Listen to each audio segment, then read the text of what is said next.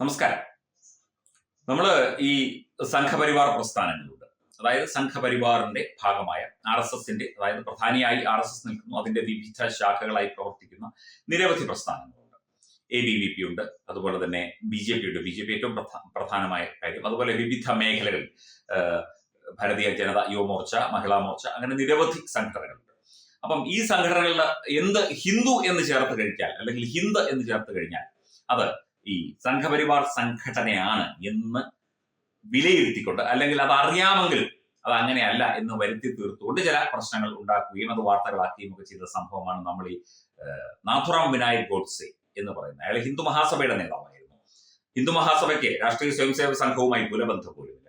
ആർക്കും ഏത് പേരിലും ഒരു രാഷ്ട്രീയ സ്വയംസേവക സംഘത്തിന്റെ ഭാഗമാണ് എന്ന് വരുത്തി തീർക്കുന്ന, അല്ലെങ്കിൽ എന്ന് തോന്നിപ്പിക്കുന്ന ഒരു പേരിട്ടുകൊണ്ട് ഒരു സംഘടന രൂപീകരിക്കാം. അൽ ഹിന്ദ് എന്നൊക്കെ പറഞ്ഞ പ്രസ്ഥാനങ്ങളെ കുറിച്ച് കേട്ടിട്ടുണ്ട്. അത് സംഘപരിവാറിന്റെ സംഘടനയാണ് അൽ ഹിന്ദ്. അതായത് ഹിന്ദു ചേർന്ന് കഴിഞ്ഞാൽ അത് RSSന്റെയാണ്. നമ്മുടെ CPMന്റെ പ്രധാനപ്പെട്ട നേതാവ്, ഞാൻ ഇതിനു മുൻപും വാർത്തകളിൽ പറഞ്ഞിട്ടുണ്ട്, ബൃന്ദാക്കാരായിട്ട് RSS എന്നാൽ രാഷ്ട്രീയ സേവന സമിതി എന്നാണ് പറയാറ്. ഈ അടുത്ത കാലത്ത് വരെ അവരെങ്ങനെയാ പറഞ്ഞുകൊണ്ടിരുന്നത്, ഇനി മാറ്റിയൊന്നും നമുക്കറിയില്ല. അതായത് ഒരു പേരിലല്ല കാര്യം. ഇവിടെ ഹനുമാൻ സേന, സുഗ്രീവ സേന, ബാലി സേന, അർജുന സേന, അഭിമന്യു സേന, അഭിമന്യു മഹാസഭ, അതായത് കുറെ ഹൈന്ദവ വീരന്മാർ, ഛത്രപതി ശിവജി മഹാരാജ് സഭ, അതായത് ഇവിടുത്തെ പ്രാചീനമായ ഭരണ നേതാക്കളെയും അതുപോലെ തന്നെ പുരാണ പുരുഷന്മാരെയും ഒക്കെ ചേർത്ത് നിർത്തി ഒരു പേരിട്ട് കഴിഞ്ഞാൽ അത് സംഘപരിവാർ പ്രസ്ഥാനങ്ങളുടെ ഭാഗമല്ല. ഞാൻ പറഞ്ഞു വരുന്നത്, സംഘപരിവാർ പ്രസ്ഥാനങ്ങളുടെ മറവിൽ ഇത്തരം സംഘടനകൾ പല കാര്യങ്ങളും ചെയ്യുന്നുണ്ട്. അത് നല്ല കാര്യങ്ങളായിരിക്കാം, മോശം കാര്യങ്ങളായിരിക്കാം. തീർച്ചയായിട്ടും ഈ മോശം കാര്യങ്ങളെ തന്നെ എടുത്തു വെച്ചുകൊണ്ട് പല മാധ്യമങ്ങളും, കാരണം സംഘപരിവാർ പ്രസ്ഥാനങ്ങളുടെ പ്രവർത്തനത്തെക്കുറിച്ച്, അവയിൽ അടങ്ങിയിരിക്കുന്ന ആ ഒരു സത്തയെക്കുറിച്ച്, അതുപോലെ തന്നെ അതിന്റെ പ്രവർത്തന രീതിയെക്കുറിച്ച്, സംഘപരിവാർ പ്രസ്ഥാനങ്ങളുടെ വിവിധ ക്ഷേത്രങ്ങളിൽപ്പെട്ട സംവിധാനങ്ങൾ, സംഘടനകൾ ഏതൊക്കെയാണ് എന്നതിനെ കുറിച്ചൊന്നും ഇവിടെ ആർക്കും അറിയില്ല. RSSനെ കുറിച്ച് നിങ്ങൾക്ക് ചുക്കും അറിയില്ല എന്ന് പറയുന്നത് വെറുതെ ഒന്നുമല്ല. ഇവിടെ RSSന് കീഴിൽ പ്രവർത്തിക്കുന്ന പ്രസ്ഥാനങ്ങൾക്കൊക്കെ കൃത്യമായ ഐഡിയ ഉണ്ട്, കൃത്യമായ ഒരു വ്യക്തമായ ധാരണയുണ്ട് പ്രവർത്തനത്തെ കുറിച്ചൊക്കെ. അല്ല തോന്നിയ വഴിക്ക് പ്രവർത്തിക്കുന്ന ഒരു സംഘടനയല്ല രാഷ്ട്രീയ സ്വയംസേവക സംഘവും അതിന് പിന്നിൽ പ്രവർത്തിക്കുന്നു, അതിനൊപ്പം പ്രവർത്തിക്കുന്ന സംഘടനകൾ. അപ്പം അൽ ഹിന്ദെന്നും, അല്ലെങ്കിൽ ഹിന്ദ് ചേർത്തും, സുഗ്രീവനെ ചേർത്തും, ഭാര്യയെ ചേർത്തും, ശ്രീരാമനെ ചേർത്തും, ശ്രീരാമസേന, ആ സേന, ഈ സേന എന്നൊക്കെ പറഞ്ഞുകൊണ്ട് അവിടെയും ഇവിടെയും ഒക്കെ രൂപീകരിക്കുന്ന കുറെ സംഘടനകളുണ്ട്. അപ്പം ഈ സംഘടനകളെ തീർച്ചയായിട്ടും പരിശോധിക്കണം.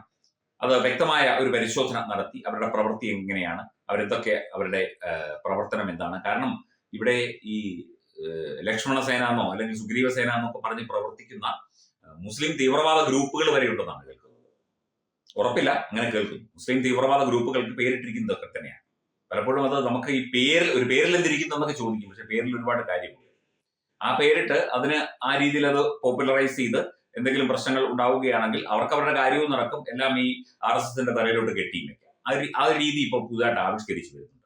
അതായത് സംഘപരിവാർ പ്രസ്ഥാനങ്ങളും അതിന്റെ പ്രധാന ഉത്തരവാദിത്തപ്പെട്ട പൊസിഷനിലിരിക്കുന്നവരുമൊക്കെ ശ്രദ്ധിക്കേണ്ടിയിരിക്കുന്നു. കൃത്യമായി ഈ വിഷയത്തിൽ അതത് സംസ്ഥാന പോലീസുകൾക്ക്, അതുപോലെ തന്നെ കേന്ദ്ര ആഭ്യന്തര വകുപ്പിന് കൃത്യമായി അന്വേഷണത്തിനുള്ള പരാതി നൽകണം. അതിനുള്ള കാര്യങ്ങൾ അവരെ ബോധ്യപ്പെടുത്തണം. കൃത്യമായി തന്നെ കാര്യങ്ങൾ മനസ്സിലാക്കണം. ഈ സംഘടനകളൊക്കെ ആരുടെ കീഴിലാണ് പ്രവർത്തിക്കുന്നത്, എന്തിനാണ് പ്രവർത്തിക്കുന്നത്, ഇതിന് പിന്നിൽ പ്രവർത്തിക്കുന്നവർ ഹൈന്ദവ സനാതന ഐക്യം അല്ലെങ്കിൽ രാജ്യസ്നേഹം, രാഷ്ട്രസ്നേഹം വച്ചു പുലർത്തിക്കൊണ്ട് തന്നെയാണോ പ്രവർത്തിക്കുന്നത്, അതോ ഇതിന് പിന്നിലൂടെ അവരെന്തെങ്കിലും വിധ്വംസക പ്രവർത്തനങ്ങൾ ചെയ്യുന്നുണ്ടോ?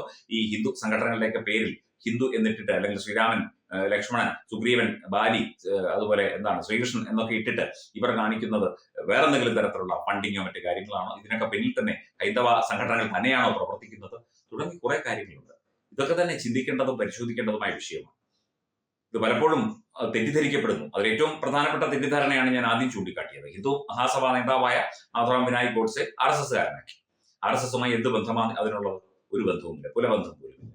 അങ്ങനെയാണ് ഇതിനെ വക്രീകരിക്കാൻ, ഇതിനെ പ്രചരിപ്പിക്കാനും ഇവിടെ ചില ജിഹാദി മാധ്യമങ്ങളും, വിവരമില്ലാത്ത കുറെ മാധ്യമങ്ങളും, വിവരം കൂടിയ കുറെ മാധ്യമങ്ങളും ഒക്കെ തന്നെ ഇടപെടുന്നുണ്ട്. സമൂഹ മാധ്യമങ്ങളിലടക്കം അവർ വളരെ സജീവമാണ്. അപ്പൊ ഇതൊരു അപകടകരമായ ഒരു അവസ്ഥയിലേക്ക് കാര്യങ്ങൾ എത്തുന്നതിന് മുൻപ് കൃത്യമായ പരിശോധനകളും മറ്റു കാര്യങ്ങളും നടത്തേണ്ടത് അത്യന്താപേക്ഷിതമാണ് എന്നാണ് ഒരു പൊതു അഭിപ്രായം.